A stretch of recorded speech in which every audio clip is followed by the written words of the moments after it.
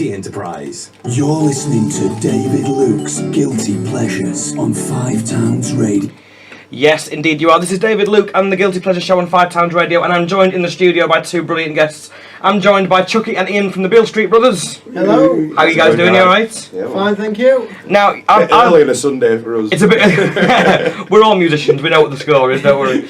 Now, I'll be honest with you. I've been looking forward to you guys coming in for a while because I've known you guys for a little while now. We met at a showcase in Leeds We did. a little bit earlier in the year.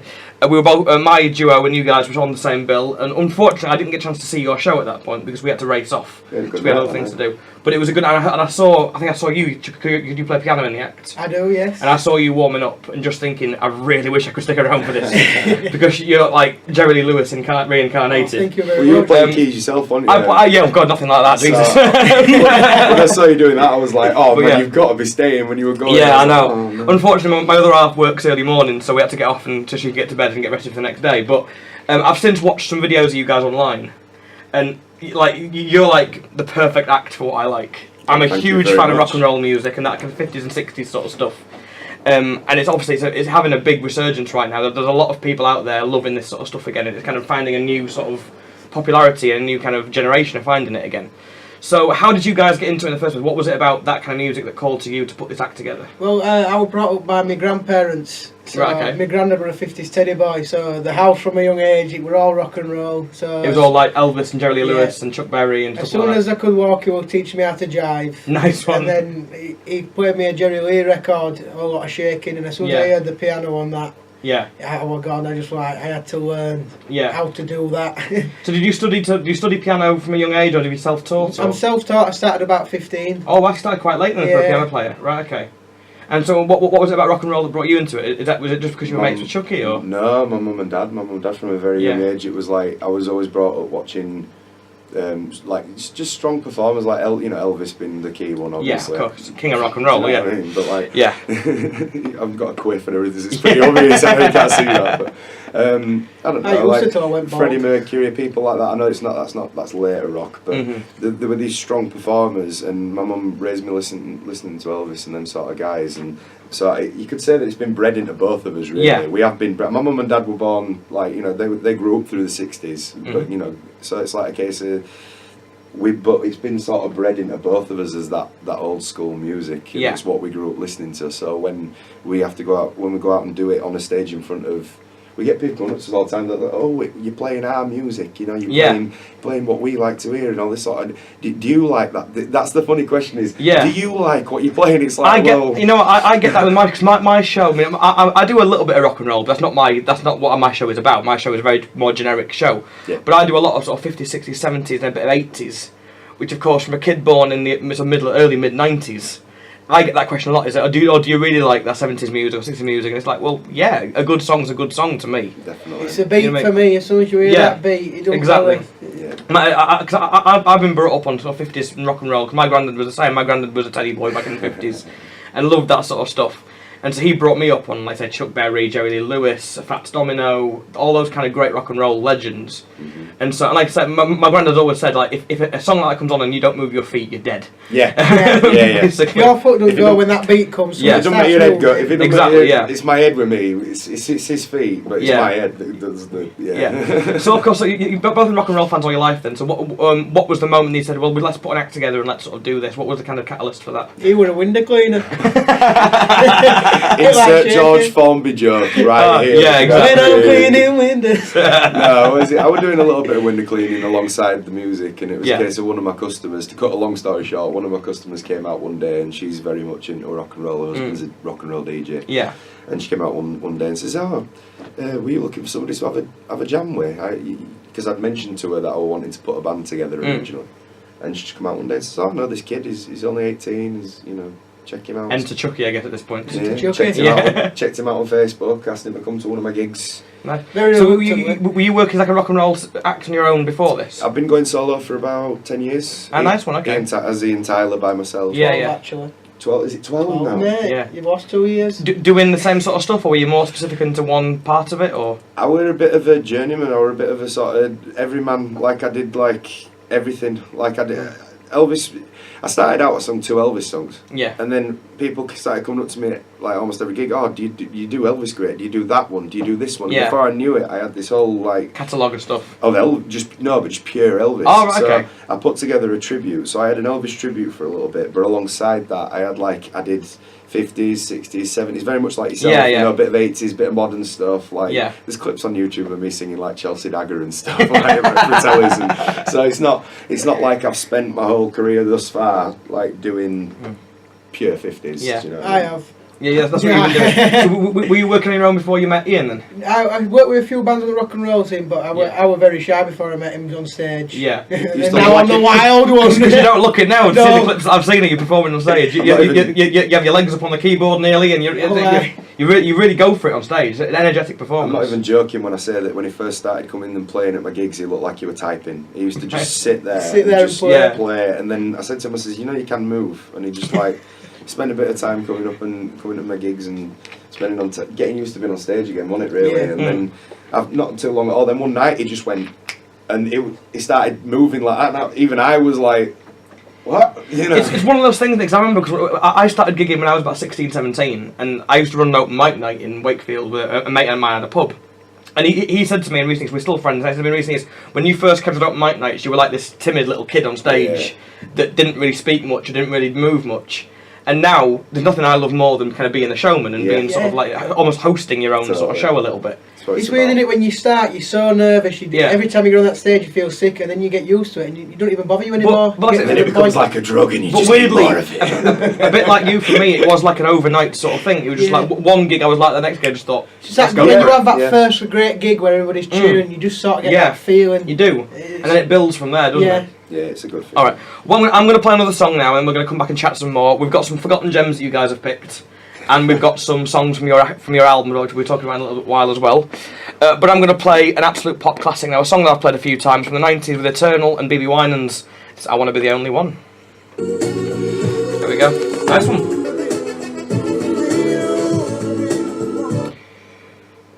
So there we go, that is Eternal and BB Winans with I Want to Be the Only One. I'm still joined in the studio by the Beale Street Brothers. Hello guys. Hello. So, now this is really cool. You brought me in a copy of your new album, your new CD which you brought out recently.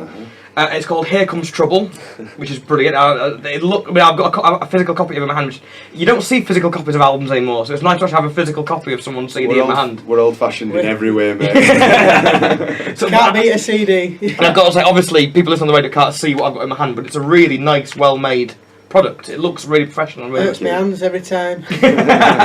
But you do it all yourself, so you've done the artwork yourselves, you printed it yourself, even like the label on the actual disc itself. I've got to give a shout out to my dad for the artwork. It was a labour of love for that artwork for my dad, yeah, so shout out to my dad for that. It looks, honestly, it looks really cool. And for the style of music that you guys are doing, it looks perfect. Yeah. It looks really, really good. Now, so the album it's 13 big rock and roll hits that people will know from the 50s and 60s, but by all kinds of people. There's Chuck Berry on here, there's even Creedence Clearwater Revival, Bad Moon Rising, which people don't really think of as a rock and roll track, but it kind of is, really. It's strange, it's like this sort of, I think you've got to, in the way I see it, is you've got like the 50s rock and roll, like, and then you have the 60s where everything sort of went a little bit different, and then you had this like, in the 70s you had this like first revival of rock and roll, and like a lot of like sort of swamp rock and them sort of genres came out of there, and it's basically just any music you can listen to while doing up a bike in a garage. That's us. That is us. Do you know what I mean? Yeah. Yeah. Rock and roll, I don't think an era. I think rock and roll's a beat. As soon as if that song's got the beat, I class it as rock and roll. It's still going. It's not. It never went away. I tell you what. Still here, you know? After I've played the track from your album for a minute, there's a track that I'm going to play, which you probably guys, a band called the Baseballs. Have you heard Yes, Baseballs? love the Baseballs. Yeah, the exactly. Baseballs, mate, and I'm a huge fan of them because they do rock and roll, but they do it with modern songs. They take modern pop songs. Paparazzi. I love their version of Paparazzi. Well, the one that I'm going to play is the Rihanna tune. They call Umbrella. Yeah, I like that one. And that's actually a track that me and Lindsay do in Rock and Roll. I saw it. Brilliant track. It's probably a good thing you're turning the mic off actually when that comes on, because I'll be joining it. But yeah, so I mean, like this album, for any sort of rock and roll fan, this is like every song you'd want to hear in a rock and roll show, pretty much. We hope so. And a couple of others besides that they probably wouldn't think of as well. Yeah. So the track that I'm going to play now is the track you open your show with. Yes, it is. This is the first. If ever you see the Beale Street Brothers live at a gig, this is the first thing you'll hear from them, apart from everything warming up backstage. And this is a Chuck Berry classic.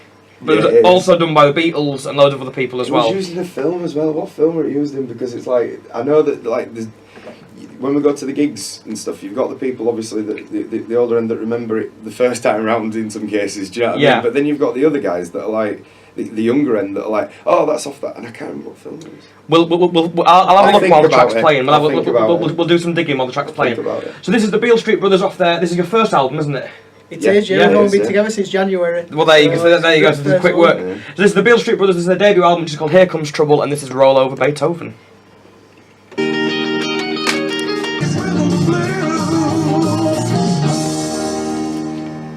So there we go, that was the Beale Street Brothers today as guests with their version of Roll Over Beethoven from their album Here Comes Trouble. Now, so you recorded that in your parents' house, you said? Yeah, I did, yeah. Did they know you were planning this? They were on holiday at the time, so they didn't really have much of a choice. But I got into it by saying I'd fake cats, do you know what I mean? Yeah. And then I was like, Chucky, free house! So little makeshift studio, and that's what we're getting done, bring really. Your keyboard, bring some beer, we're all good. Make an album. We're ready to go. I think, and do you know what? It sounds bad because I don't like to sort of say like the duration of the recording, but we did the album in like I'm a one-take wonder. 3 days, and with the album was done. And that's not to say that we rushed it. That's not to say that like recording. It took a little bit more time to mix it, but 3 days at my mum and dad's recorded that full thing. Yeah. But it's because these are songs that you play in your show, I guess, aren't they? As well? So you know them back to front, and you know them every which way forward. So that's the thing. It just came together. That's everything about this duo has just happened like that, and it's just come together. Don't get me wrong. It's been work. We've put work in and stuff, but it just seems to just happen. Yeah, you know, like and that's when you know something's working, I guess, is when things do fall into place. It's like the stars aligning without being too cheesy about it. That's kind of why people say that, I suppose. But like I said a minute ago, that there's every track on here that any rock and roll fan would want to hear. Like if I was to buy like the greatest hits of rock and roll, it's there, that pretty much would be the track listing of it. Yeah. So I mean, was there any sort of debate on what tracks you put on the album? Like who was it? He's a boss, so I just get told what to do. Yes, boss. Yes, boss. It was more a case of how many songs did we have? Yeah. How many songs do you know? You know, it was a case of right. Let's learn a set. Let's get that and work it. And I mean, there's songs that aren't on there that we took out and tried out on the road, and it was like a case of we loved them, but the audience necessarily didn't prefer them. And like that CD is basically just like a case of from going around for the first 4 or 5 months of the year, taking it out and gigging it extensively, and that's what worked. That's the list of the ones that the audience always kind of flock to, sort of thing. They're the ones. I mean, there's a couple of new. There were a couple of newish ones on there that I wasn't singing. Like Tomorrow Never Comes, I wasn't singing that sort of like until quite towards the end of when we close to when we recorded. So, but the rest of them are all tried and tested. So road tested and sort of that Come On Everybody one. Come On Everybody. Played that for 6 months and I didn't know how to play it. I always just turned piano down and then came to recording and I went, I don't know how to play it. And he went, what do you mean? I said, you turned piano down. I said, so what did you do when we were on stage every night? He goes, just turn the volume down. No, he says, so he actually, on the day of recording, had to actually sit there and learn how to play a song he'd been playing for 6 months. But I'll tell you what, that is kind of life on the road in a nutshell. Because like, after I worked abroad for a couple of years and stuff like that, and we had to learn so many songs that quick, you could never properly learn them. No. Well, I mean, when I first started, it was like a case that I went for my audition with the agent. The agent says, yes, we can work here. He says, when do you want to start? I said, the end of the month, which were like 2 weeks away. He says, right, okay, then I'll send you a gig sheet through. I got my gig sheet through and I was like, I ain't got a set. So I had to learn 30 songs in 2 weeks. And I did it, you know what I mean? It's like, you can do it, it's possible, but it's hard. It's hard work, but it's possible to do it. So I just find that funny that you were playing this song every night on stage and you weren't actually playing it. I was playing it up until one point, and I think it's where the bridge comes in, and it did a chord change that I wasn't used to. I couldn't figure it out because I play everything by ear, and I was just like, every time I get into that chord, turn it down and back up. You got there eventually. That's the main thing. That's Chucky. Yeah.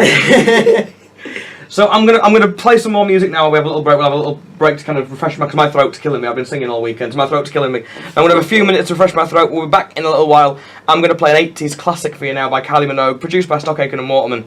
This is I Should Be So Lucky. Or email us at 5townsradio@mail.com. Be a part of 5 Towns Radio.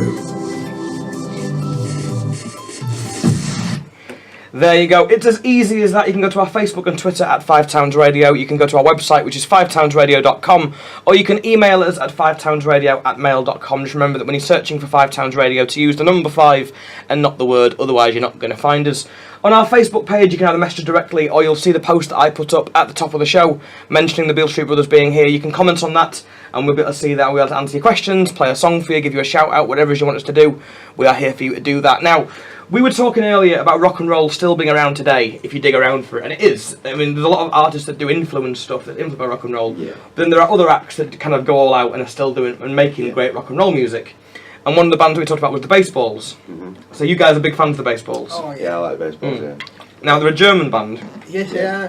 And like you guys are obviously doing the rock and roll classics. Those guys do it differently because they take modern pop songs and do them in a rock and roll way. So, when did you first hear about the Baseballs? When were you first listening to them? A long time ago, like back when they first sort of came, back when they made a big thing with I think it was Umbrella that they came out with. I remember seeing them there, and it was like, you know, I thought it's great. It's right on my street. Is this? You know what I mean? But the it's like.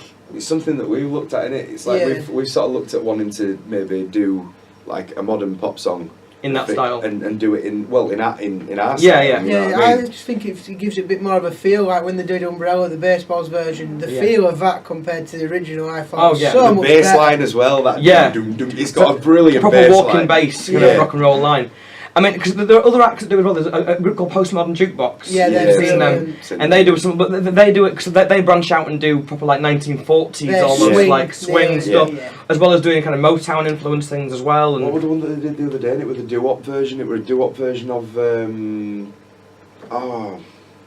it was great. I'll have to look it up and find out. Yeah, it was brilliant. Yeah. It was really good. Very good memory you have. Full of song lyrics, mate. Full of song lyrics. Full of song lyrics and arrangements.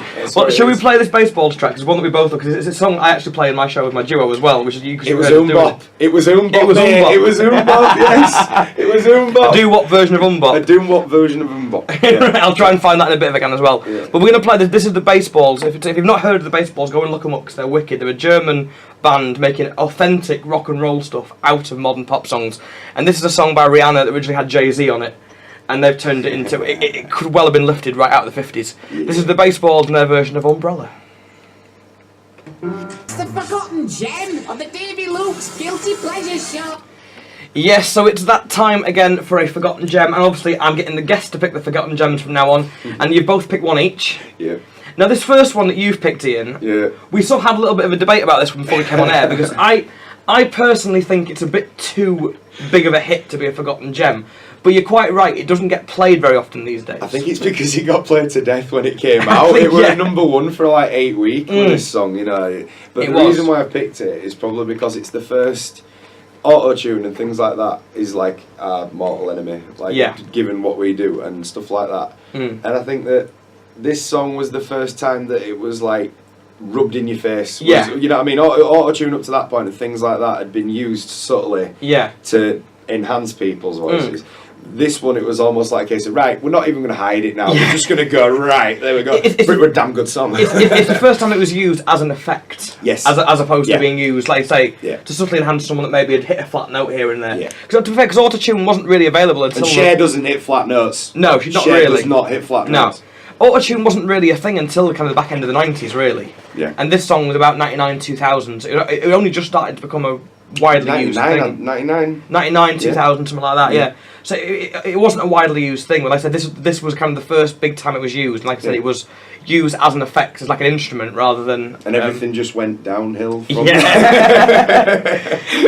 give autotune a bad time. I mean, like autotune is great if you use it the right way. The right way, yeah. Like I said, I'm not a huge fan of this particular sound of autotune because like I say, it's very, very obvious. Yeah.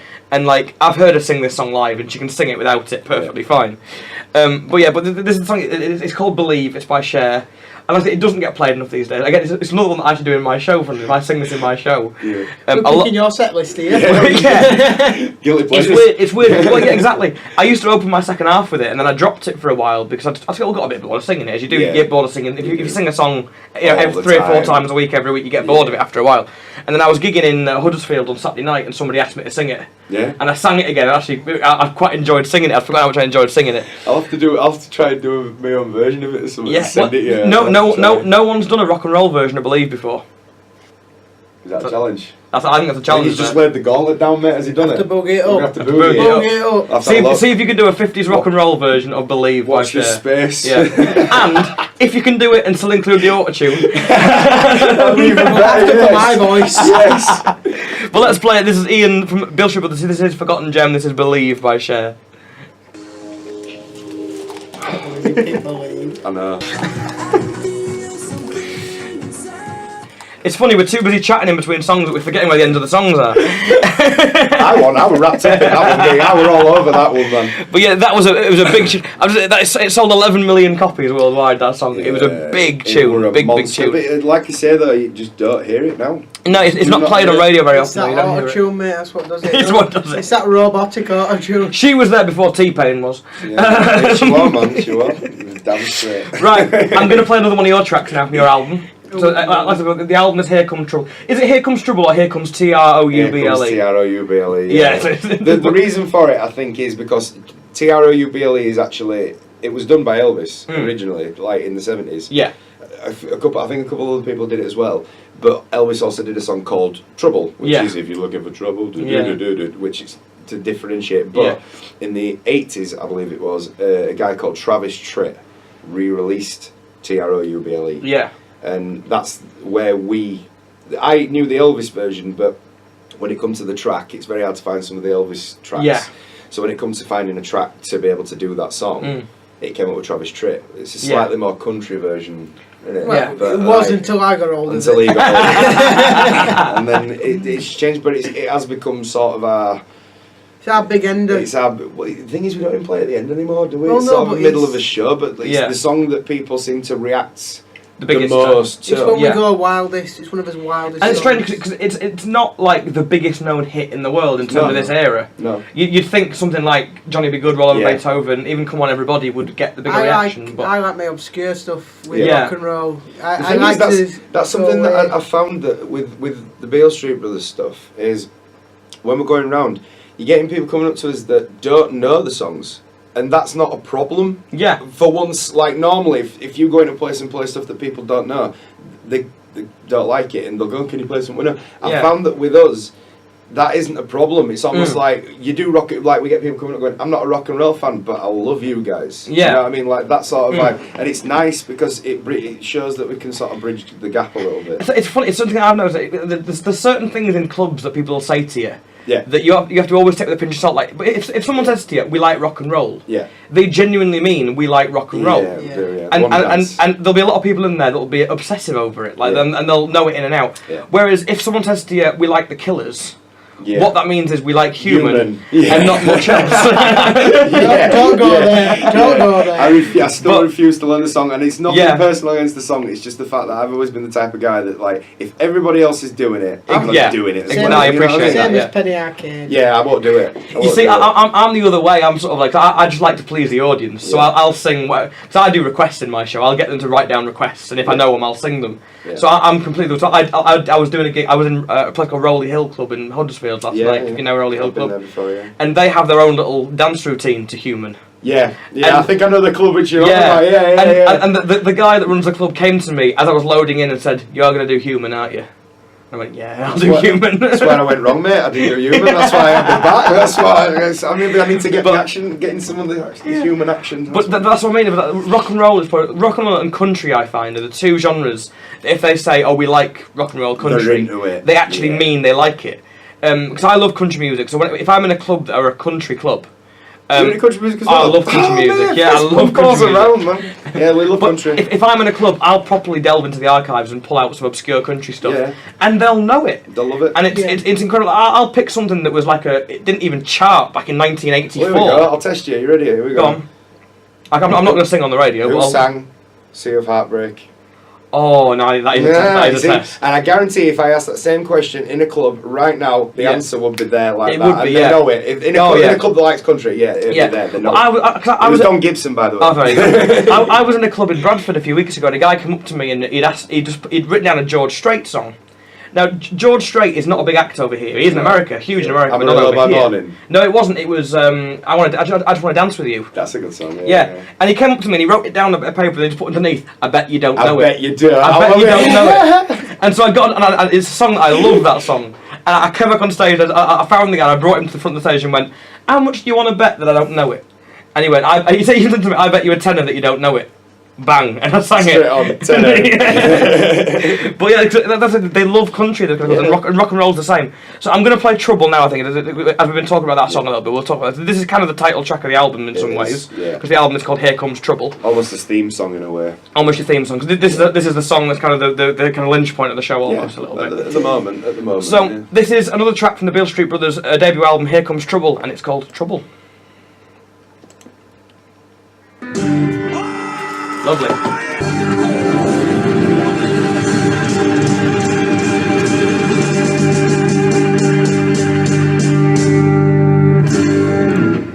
AMI, Absolute Makeup and Ink Removal. So there you go, that was the fantastic Beale Street Brothers and their track Trouble from their album Here Comes Trouble.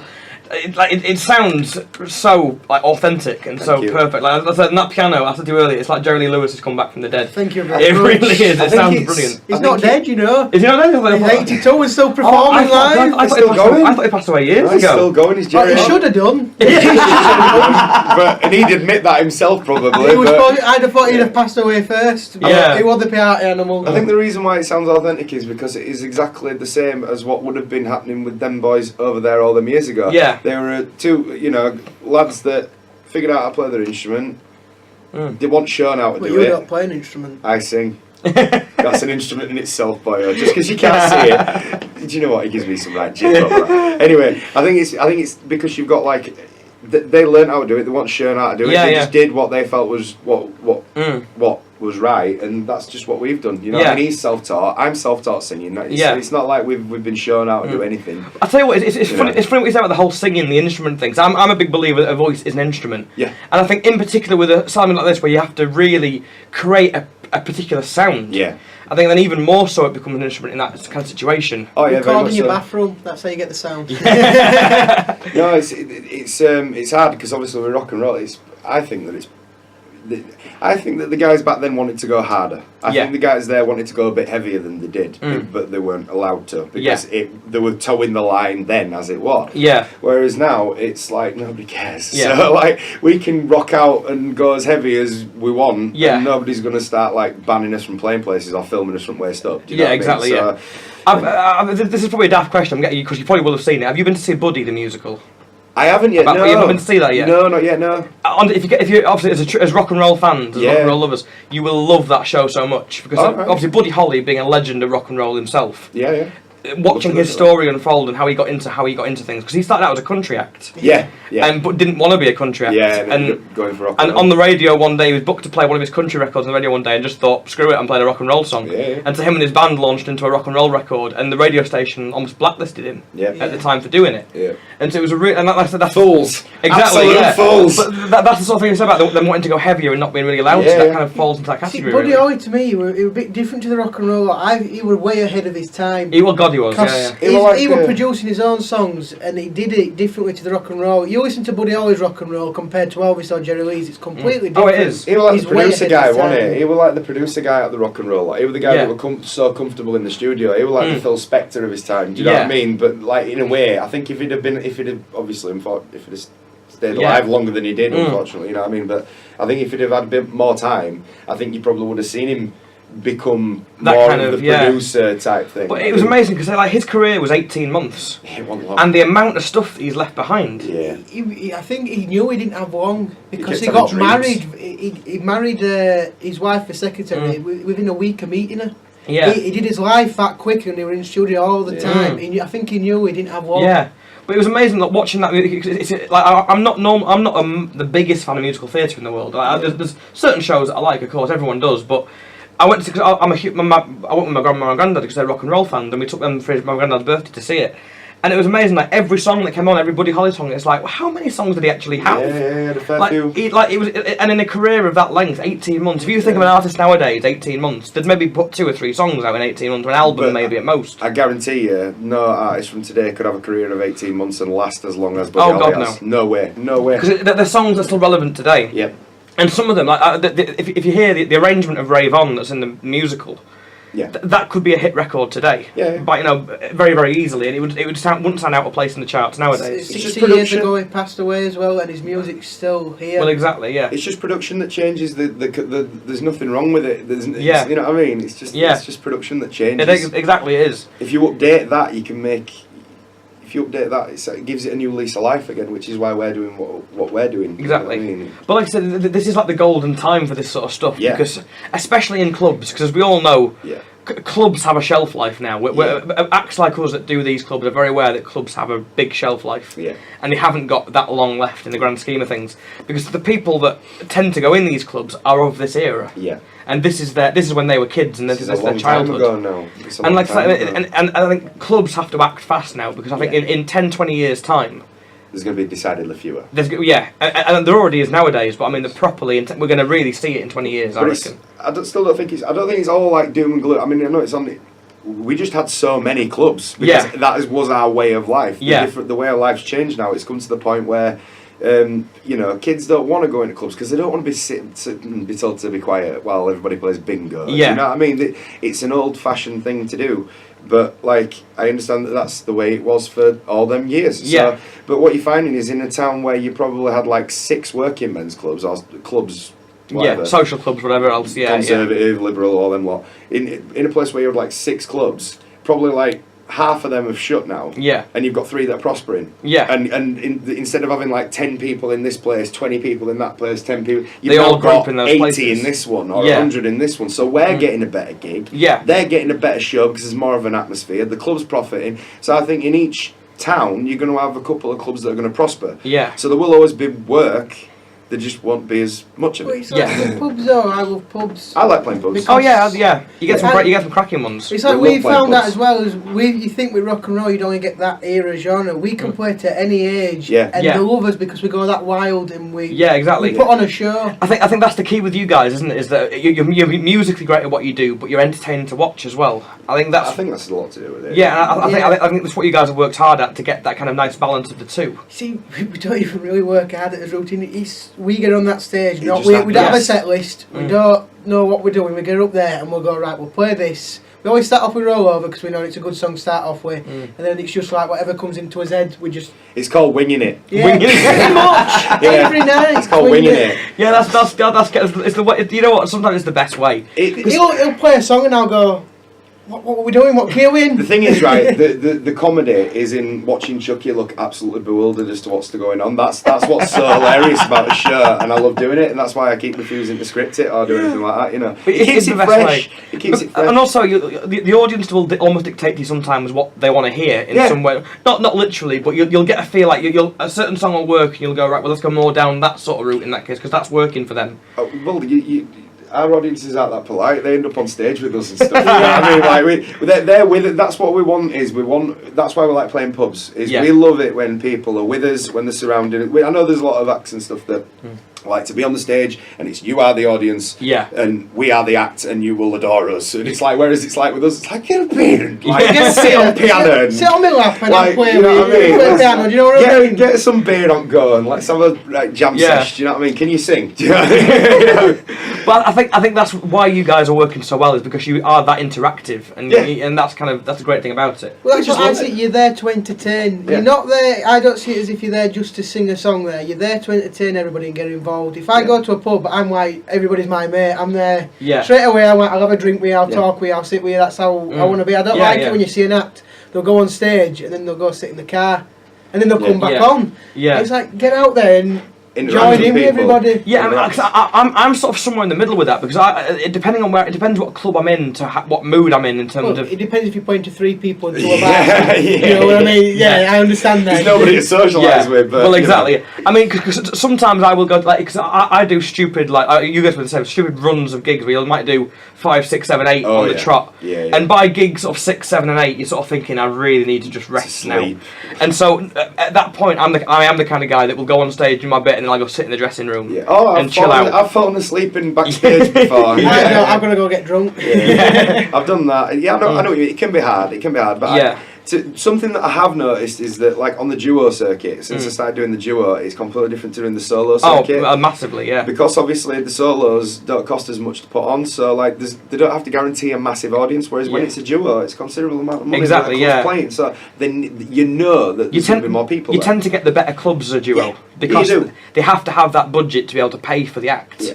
Which, like you say, as a solo is not as needed. It isn't there. You know like the club I was in, that was a lovely club. I'm not saying the club was rubbish because it really wasn't. It was probably one of my favourite gigs of the year so far in Huddersfield. Yeah. But it was a tiny little place. It's small. Yeah. And even when it's packed, you probably only get 40, 50 people in it. And they can't afford. There's only a limit as to what they can afford. You know what I mean? And that's why I haven't dropped doing my solo. It's not like I've turned around and said, "All right, I'm doing Beale Street Brothers now. Let's just abandon my solo." Yeah. I still want to go play these places because a lot of places that.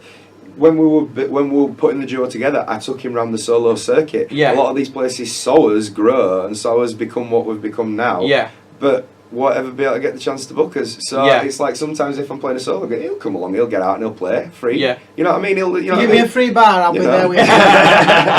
Anyway, there's a piano and beer. I'm there. And it's that's our way of sort of probably giving a little bit back. You know, is that people don't get me wrong, I mean it promotes us, but at the same time it's giving the club something that, you know, everywhere that we've been before we started as an official duo, we've been to solo venues and we've played for the price of one. You know, just to sort of get our name out there and to sort of give a little bit back. You know, clubs have been good to me. Well, that's great because there's very few acts that'll do that. You know, there's not many people out there that kind of think of it in that way, and because I think these places need to be supported. Yeah, totally. I think what I was saying before about the clubs needing to act fast to kind of save the industry is that, like you said before about young people not wanting to go in and sit and play bingo and listen to some of these acts that can be a bit cheesy at times if they're not the right kind of act. Chucky's just pointing to Ian now and I said about acts being cheesy. He's seen video clips of when I first started. Yes, fair enough. That would be a guilty pleasure. I'll send you the file. But what I mean is, like, the thing is, you walk into a club and the pint of a beer can be £1.80. Yeah. And, you know, it's a cheap night out, if you think about it. Like, compared to walking into a pub where it's £3, £3.50 for a beer. Yeah, or a fiver if you're going to sit. Exactly, yeah. It can be a really cheap night out. And I would think in areas that are big student-based areas, I would think that clubs would be the place you'd flock to, because if you want a cheap night out, that's where to go. You'd think so, but it genuinely is the bingo that kills it. Yeah. I swear, and it's like, don't get me wrong. Need just to update themselves. They do. Yeah. Don't get me wrong. Younger audience. Bingo saved us after World War II. Do you know what I mean? Like World War II happened, and obviously everybody went out and played bingo. That's what they did, and it saved us once. It ain't going to save us again because the people that are coming along don't want to do it. Don't want to play bingo. They don't want to do it. I mean, it drives me up the wall. I'll tell you what. There was a club I went to in York, which, on the face of it, was like a stereotypical 1960s, 70s club where they played bingo. No, I've done Clarence. It wasn't that one I'm thinking of, but I've done Clarence. And it was it's a club I've not played since because I've never had a chance to go back to it. But they were great because although they played all these games, they made a show out of it. Yeah, like they played Deal. That's good. They played Deal or No Deal. Yeah. And they had like a screen that came down and lights and music, and you felt like you were watching a game show. It was like, and they made a show out of it. That's the thing. I think it could work in that way. Yeah, I'm not saying right, scrap bingo and we'll have nothing in between. I'm meaning like, well, you've got a rock and roll you've got a live band on, and then in between you've got a DJ. Yeah. You know what I mean? Or like you say, do Deal or No Deal, or like something, but just not hardcore bingo. Yeah, if you want to do that, go to Mecca. Do you know what I mean? Go to Mecca. Have you guys heard of a game that's played in pubs called Rock and Roll Bingo? Yes. Have you been and done that and seen it? I haven't played it, but I've seen it in action, and that was good. I'm down for Rock and Roll Bingo. Yeah, I'll tell you what, because you guys would make a killing doing that live Rock and Roll Bingo. Maybe we should have a look at that. That'd be a real. Should we embrace the bingo? I'm alright. You're alright. But I think because if clubs are wanting to do bingo, Yeah. that would be a really cool way of doing it. I'd be up for that. The only problem with I find with bingo is with clubs, a lot of them go for the bingo and not the acts now. 11 o'clock and everybody leaves. It's like, thanks, guys. I call it the cocoa run. 11 o'clock, the club empties. Yeah, I always as soon say as bingo's gone, that's why we went to a club where they did a game after you finished, so everybody stayed. I know it, because I played that club. I did a Sunday night there. And I finished about 10:30. Yeah. And they had another game of bingo afterwards, so everyone stayed in. You were like, yes. That's what you That's do. what you do. That's Keep it. them in. Yeah. Well, that's the thing, though. It's like I always say about that. At 11 o'clock when they start leaving, Freddie Mercury in his undead state could walk out onto that stage. They would still leave to get on the bus at 11 o'clock. Yeah. They would still leave. I'm telling you, like Elvis could come back from the dead. Elvis could rise from the grave and bring everybody with him. Janis Joplin, everyone. Jimi Hendrix could be on the stage. They would go. Yeah. They would go. Yeah. It is like that. It's a shame that But then I always find sometimes I've had gigs where the third set has been the best. Oh yeah. Because the people that have stuck around are the people that genuinely want to be there. Yeah, the ones that have enjoyed it all night are the ones that stay. They're the hardcore lot. They're the ones that are like, I'll tell you what, that's why I started doing requests, because I found that if you say to people, you can pick my third set and I'll sing your songs, they'll stick around to wait for you to do the song that they've asked for. Yeah. And it's a really good way to keep them in. Funny story for you actually. If you ever clutching at straws, I've got a friend and you won't mind me telling you this. He's called Mark Jones. I know Matt Johnson. Matt Johnson. I'm in a band with him. I know him very, very well. Nine Violets? Yeah. I'm in Nine Violets. No way! Third fist bump of the day. Oh, his sound is Marty. No, he used to take an ironing board. And he used to set the ironing board up behind him on stage. And he used to just leave this ironing board there. And people would come up to him and be like, going, what are you going to do with that? And he'd be like, I have to wait and see, won't you? And then he'd do the full show, he'd finish, and then come off stage and he's done nothing, and then come up and go, well, I thought you were going to do some iron. No, but you stayed in, didn't you? You know what I mean? That's Marty down to a T, is that, innit? You know what I mean? Matt is brilliant. Such a funny man. Matt is a really cool. Matt normally listens to the shows. If he's listening, he'll appreciate that. But he's a good guy, is Matt. That's a really good. I never thought of that. It's a really cool idea. Right, I'm going to play something incredibly cheesy now, and then we're going to come back. We're going to do another forgotten gem, which you've picked, Chucky. Yep. And we're going to play another track from your album as well. But you know when I said I'm going to play something really, really cheesy? You're going to see the level I'm talking about now, because I've got Gareth Gates and the Kumars. Oh, I'm going to have to get a part room out. This is the comic relief single from Gareth Gates and the Kumars from about 2004, 5, and this is Spirit in the Sky. Hey, Dad, you ready? Yeah, I enjoyed that. It's the forgotten gem on the Davy Luke's Guilty Pleasure Show. Yes, it's time for another forgotten gem, and this time it comes from Chucky. Wow. Now, this song actually on your album, this song. It But is. we're playing the original version by the guy that recorded it. Did he record it originally, or was it a cover for him as well? It was, as far as I know, I haven't heard anybody else sing it. Right, But okay. It was Elvis who, you know. Yeah. He makes me cry with this song every night when he sings it. Is it that bad? Real feels, man. Real feels. There's not many songs that make me cry, and this is one of them. So this is an Elvis song, and now I'm a Jerry Lee fan. He's the Elvis fan as Yeah. well. But this song just gets to me. now when you think of Elvis, there are so many songs that will spring to mind straight away. Like Elvis had so many big hits, Yeah, he did. but this wasn't really a hit for him. It's one No. of his country albums. Yeah. It's the last track on his country album. Yeah. So when did you first hear this song with Ian, or have you heard it before? I was You singing it with in car, wasn't I? Ian played it to me, and I told him, I said, you need to sing that live. Yeah. That's because it's the way it built. The song builds up brilliantly. It starts off nice and it just builds up so much power in it. Yeah. I said, you need to sing that, and he was scared of it. He said, I didn't, because of the big note at the I end. didn't know if I could do it. And I went, he was singing it in the car. I said, you're singing it now to me in the car. I said, you can do it live. And Yeah. he did it live first night, and he made me cry ever since now. And every night it still makes me cry. Right. A full belt in car as well. Yeah. You know what I mean? Oh yeah. I'm the same when Let It Go from Frozen comes on. Yeah, man. Me too. But it's very weird for me to have a forgotten gem that's Elvis, because you'd think that every Elvis song was a big hit, but this is a bit of a hidden one. It's very much so. But the other thing about it is the name. Instantly, when we said earlier on, Tomorrow Never Comes, you went, oh, Garth Brooks. It's that's not a stigma, but like association of, because the song titles are so close, but it's literally the difference is the if. Yeah, exactly. Take the if off and you've got another song. It's exactly. A different song. But so we're going to play this now. This is Elvis Presley, Tomorrow Never Comes, which is also the last track on your album as well, but this is the Elvis version we're going to play. And I had a little listen to it when we were sort of setting up earlier, and it is a great song. So here we go. It's called Tomorrow Never Comes by Elvis Presley.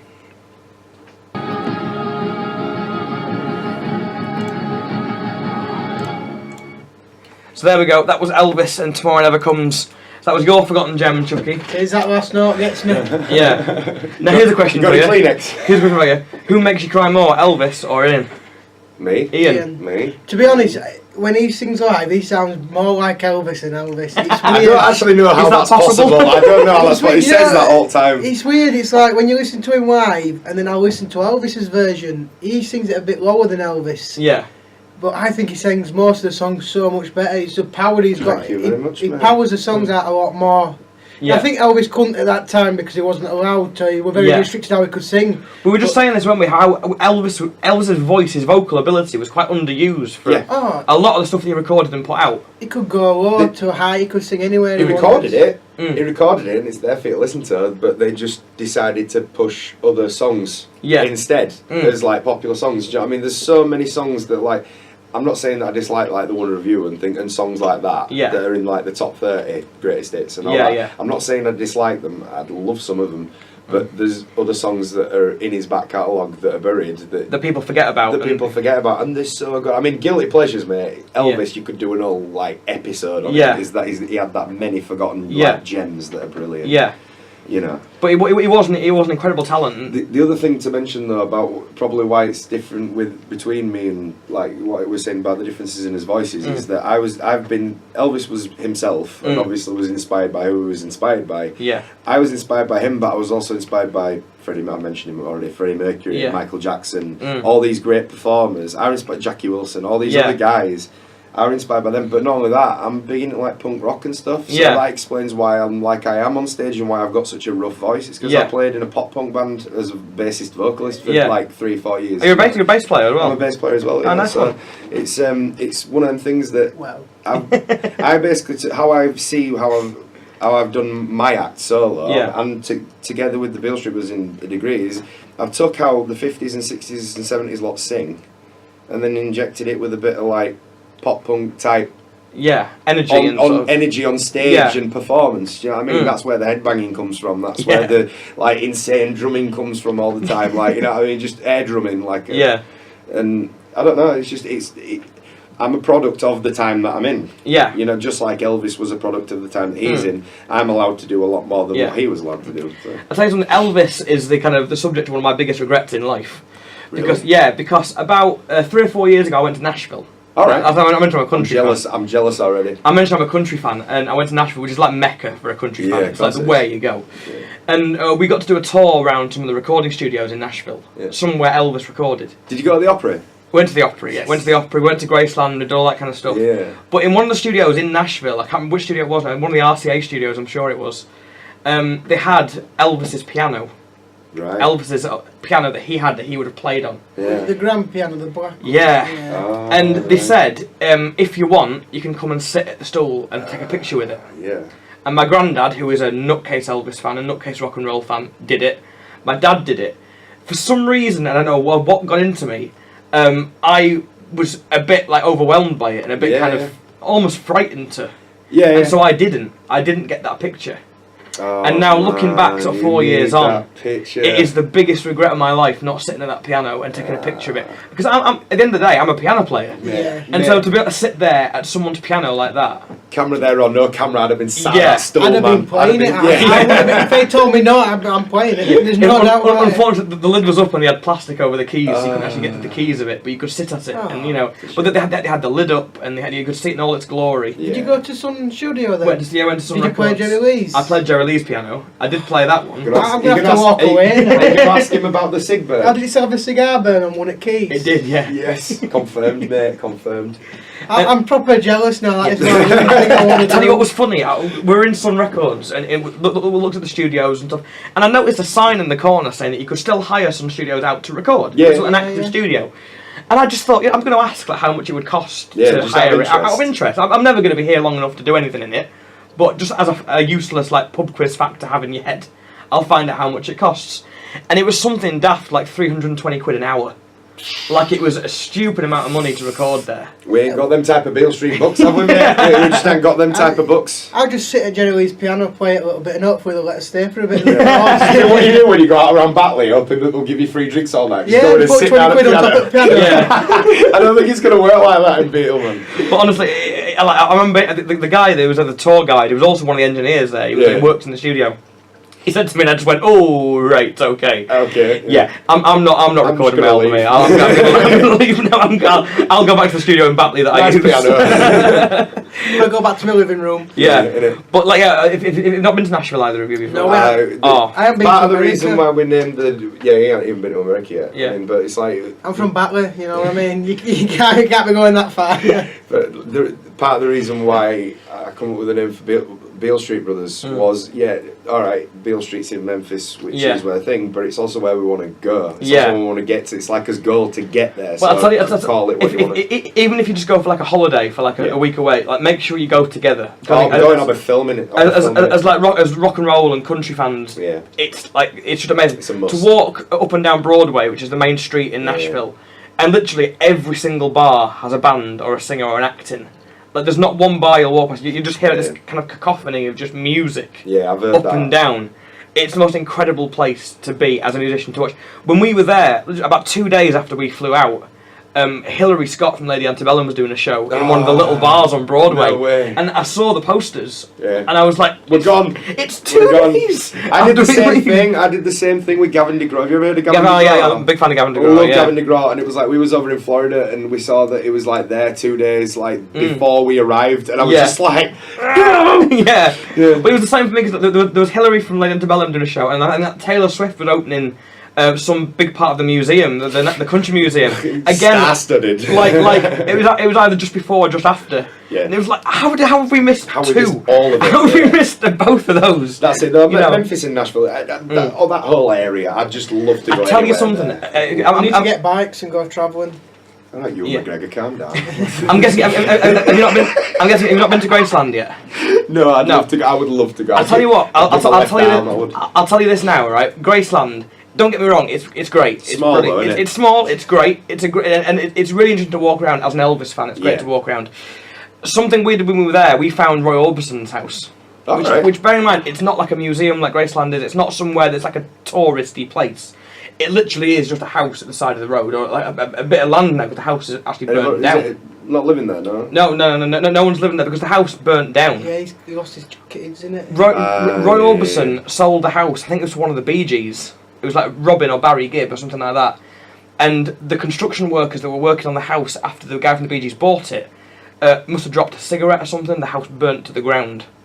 So idiot! How did he not get fired? Yeah. I hope he got fired. All that's left now is a couple of buildings that managed to survive and just scrubland. And we found this place. We found the place. We parked up the side. We walked to the fence to look into it, and we've been stood there for 5 minutes, and a car just drove past, and the car slowed down and stopped, and they went, "Oh, you're here looking at Orbison's house?" And we went, "Yeah." And they went, "Yeah." I said, "We're just interested to see it." And he went, "Oh yeah, we knew Roy and his wife would go around for dinner like every other week." What? And like we chatted to us for about 10-15 minutes because they used to hang out with Roy Orbison. Because it was one of these little villages where no matter the status, everyone just knew everybody. Everybody knew everybody. Yeah. And that's what I mean. And that was the sort of thing. And this guy literally like he pulled up and was like had his clutch in, still driving, and was talking. And then he literally just pulled over to the side and got out of his car and came and chatted to us for like 10-15 minutes about it. Yeah, that's the thing over there though. That just seems to be the thing. The people have got time to sort of talk to you about stuff like that. Because the thing with Graceland, because my granddad's a massive Elvis fan. Yeah. The thing I took away is it's a great place to go. Very commercialised. Yeah, I can incredible. Like there's gift shops as you'd expect because it is now a museum essentially. Yeah.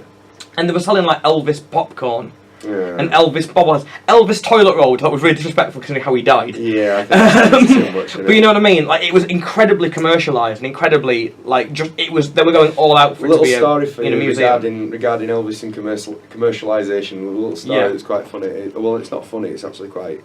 I don't know. You'll make your own mind up.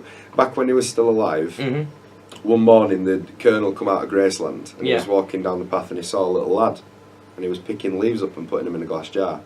And he shouted the boy over, and he come over and he says, "What are you doing with them leaves?" He goes, "Well, these are Elvis Presley's leaves, sir." He says, "I put them in a glass jar and put a lid on them and I sell them."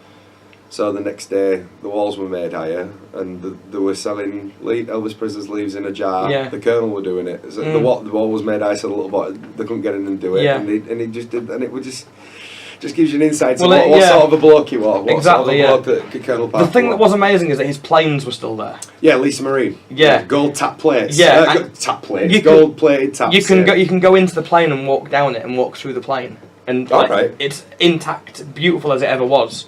So that was an amazing I'd love to go there. That is incredible. I'd If love you to go ever get the chance to do that, that is worth doing. That But- the Heartbreak Hotel down now. I can't It's remember. become another hotel, I think. But they've not I think it's still there. It's still called that. But I think it's a bit like the Cavern in Liverpool. It's like it's still the Cavern, but it's not the Cavern it was. Yeah. It's like a new place. But it's an amazing place to go to. But I can guarantee the one thing you'll walk away with is that it's so commercialised. Yeah. It's such a money making thing now. Yeah. As opposed like you have this romantic idea in your head of it being Elvis's house, and like there's still the jungle room there. You've still Yeah. got like his lovely one of his pianos and guitars and his studio and all the rest of it. But it's very like they're out to make money, and it's a commercial business now, Yeah. which sort of takes a little bit away from it for me. It does, yeah. But it's brilliant. But for me, Nashville was just incredible to walk through that town, and you think of how many people have got off a bus with a guitar and $5 in their pocket, and they've then made gone a on name to for themselves. change music history. It's just an incredible place to go, and like Yeah. you feel the enormity of it when you're there. You feel the kind of the overwhelming sort of passion that's in I'd that love city. to go. I really It's would. incredible. I really would. Right, I'm going to play another tune now, and then we have another song of yours from your album, which we've got. We're going to play that in a little while, and we'll have a bit more chat with the Beale Street Brothers right after this. There we go. So there you go, that was Justin Timberlake and Rock Your Body. Right, we're going to play another track now from your album. Before we play the track, should we talk about your social media and your online stuff so people can go and find you on the internet? So you've got your Facebook page, which is just the Beale Street Brothers on Facebook. Yeah. And then your website is Beale Street Brothers without the. It's Yeah. bealestreetbrothers.co.uk. And they can find you on there. I'm guessing you got your gig list on there and everything else? We put the gig list on the website and on the Facebook page as well. Yeah. So what's your kind of catchment area? What sort of areas do you play? So what's the furthest north, furthest south? Anywhere they'll have us. Anywhere. Anywhere that's having us Seriously. pay. Anywhere that'll play, basically. If the money's right, we'll go anywhere. Yeah, that's kind of the way I work don't on care. things as well. Yeah. Yeah. We'll travel anywhere to play to anywhere. So, like, for example, where are you so this weekend coming up then? That'll be next weekend now. Woolwell tonight. Okay, so in Barnsley. Barnsley, and then next week we are in. I ain't got time to do a jingle while you look. I'm gonna say normally I can get Chucky to like do something entertaining, but we're on radio, so You can't see my face. all the visuals is gone. Do you know what I mean? I'm going to pull my Facebook page up and find out. Talk about something really interesting, Chucky. Go on. Come on. Be a pro. Come on. Just throw you on the spot, why don't you? Yeah, no. You know what I mean? Now we get all over the place. We've just sort of changed agency, so there's a lot of new gigs getting put in. Have you got anything in the Five Towns area coming up that anyone around here will be able to kind of come out to? Where are we? I'm just pulling it up. Five Towns, like Castleford, Pontefract, Featherstone, well, those places there. I don't even know where we were. He just picks me up and then drops me off. You know what I mean? This is what it is. Literally, like when I go. You know the station called Five Towns Radio? Yeah. Really fine. That's where we are, Chucky. But yeah, That's sort of the clue. that's what happens. Yeah, no. As I say, we're updating as events as we get them. Yeah. So it's like we're in Woonwell tonight. We're in Are we? Bradford on the 14th. Oh, we've got a big one coming up on the. Yeah, we have actually. We're playing with Ray Lewis from the Drifters. Oh, and nice Ray one. Fontana from who were part of the Mindbenders. Nice one. When's that one?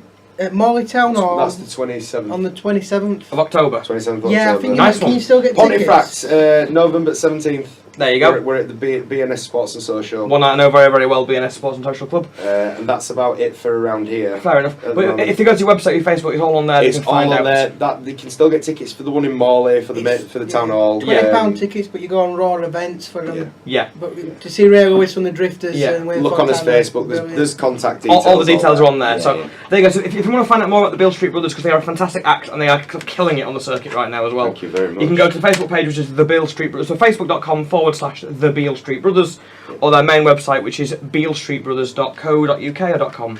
.co.uk. Yeah. Without the. Make sure it's without the.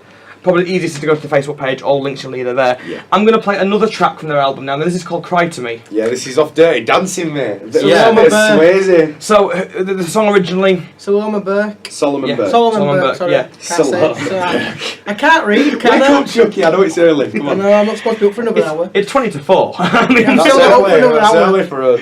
so this is Cry to Me. This is track 4 on the And album it's now. on Dirty Dancing. It's where Swayze gets his top off. Yeah. So what was it about this song in particular that you guys like? What is it? Is it Just Oh, said. No, I'm playing.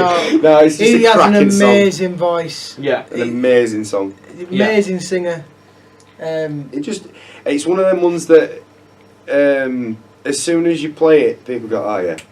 It's just got that soul. It's a bit of a different sound to a lot of the other tracks, isn't it? It's not quite the rock and roll that you kind of. Not. Well, that's what we like to do. I mean, on there, it's got "Help Me Make It Through the Night" by Chris Christopherson, which is is more towards the country aspect. This is what I'm saying. We borrow from rock and roll is his main sort of pedigree, but then we've got we borrow a little bit from soul and that sort of rock and roll. Jackie Wilson, them sort of guys, because Fats Domino and people like that, they cross over into rock and roll, but they're a different type of rock and roll. They're like, ballads and strollers and that type of thing. Whereas, we like his rockabilly stuff, but we also like to be able to sing a ballad and chill out. He likes his ballads. I'm more of a rockabilly freak. Yeah, you need a ballad because otherwise you'd die of cardiac arrest after. Can't help being a big lad. So this is from the debut album from the Beale Street Brothers, Here Comes Trouble. The track is called Cry to Me. And it sounds like this. So there you go. That was the Beale Street Brothers version of Cry to Me from their album Here Comes Trouble. And like I said before, it's just a rock and roll lover's perfect CD. So I'm really hoping it does well for you. At the moment, it's physical copies at gigs at the moment, isn't it? Yeah, there's no online purchase at the moment, but stay tuned. You're looking into it. Stay tuned on the Facebook. We'll be up to date with next week. And obviously, I know this has only recently come out, but do you think you'll do another one at some point as well? Yeah. I mean, we're already learning. Well, depends if we can get. Depends if Mum and Dad go on holiday again, and if I can find him at one of his many friends' houses. You know I do like to vanish. He does. I've got to ring around like 3 of his friends before I can find him. Do you know you don't own a phone yourself? Or? I don't like phones. You don't I don't like phones? people getting in contact with me. He really I like to vanish for a week or two at a time sometimes. Which is all well and good unless you get a gig in. Exactly. I'll turn up. I might be drunk. I have the Chuck hotline, but I can't tell anybody about that. That's my secret way of getting in touch with him. You do have a number that only he knows that he can get you on, sort of like telepathic. It's almost like it's like like bat signal, but his head's shines a light in the sky. Just like there is times though when he'll I'm not even this sounds so daft, but I'm being truthful. There were times where I need to find Chuck, I need to ring him, and then phone will ring and be like, "You alright?" And they'll be like, "Yeah, I'm just about to ring you." I've been like seriously, like I'm not even playing. I'm not even playing. Like sometimes I'll be like, That's when you know you've got something good between you and a duo partner or like you and a band member, because it becomes like that. It is. Well, it's nice because I found somebody that finally does. I've tried doing stuff with other people before. I've tried doing like duos. I've tried doing other things, but like I've found somebody that does it the same way with the same intentions as I do, and does it for the same reasons that I do. Yeah. And when you find that, then you're laughing. It is, I mean, it's just easy. So I started a band when I was 18, and like a normal covers band sort of thing. But and the 4 of us that started it, for a good number of years we had that. It was almost telepathic, and like on stage, you know what the other person's thinking. Well, it was until last night when he kicked me in the face. I'm surprised I got a black eye. He kicked me in the eye last night. We've done that song so many times. Explain what happened. We're doing Trouble. We were just about to do Trouble, and I go, "Oh yeah," at the beginning, and as I go, "Oh yeah," I felt this thing just go like. That looked good on video. I just hit my silly face again, just like do that. It's I like to go a bit crazy, so I solo bop 50s, solo bopping while playing the piano. And at the beginning of the song, I swam my foot up, I lift my foot up and swam it down in time with drum. And it gets a bit close sometimes. And you just go that close, it cracked him straight in the face. It was just, Was it a small stage you were on? Bromley Band I don't know why, but I just kind of like as I was doing my scream at the beginning, I kind of like moved towards him a bit closer than I should have, and I just got like kicked to the face, do you know what I mean? So got to take one for the team every now and again. You do. Know what I mean? You've got to do it. He's knocked my tooth out of my mic before. So. He chipped my tooth with the microphone. You chipped mine as well? Yeah, because I would look like that, and he's moved towards me, and the microphone's just gone straight in my mouth, and I just felt my tooth just crumble. It was like, Mine came off, and instead of putting it back on my mic stand, he decided to hold it but shove it in my mouth. See, we suffer for his art. You lot, we suffer for his art. We do. But it all makes for an entertaining show as well. Of course it does. Yeah. So obviously, Facebook and website, we've covered those. Facebook is the best place to find out it's probably the easiest place to find out where you're going to be. We're going to play a song now. My dad's been texting me. My dad's listening, and he'll be mortally embarrassed that I'm mentioning him on air right now, because he's not the kind of guy that likes likes attention. Particularly. Shout out to David's dad. How's it going, man? Yeah. But he's texted me, and he put 2 words. He put Johnny Cash. Johnny Cash. And now the second my dad says Johnny Cash, I know exactly what song he wants. So I'm going to play this now, and it fits in perfectly with the song that we're talking about. It's Johnny Cash and his Falls from Prison Blues.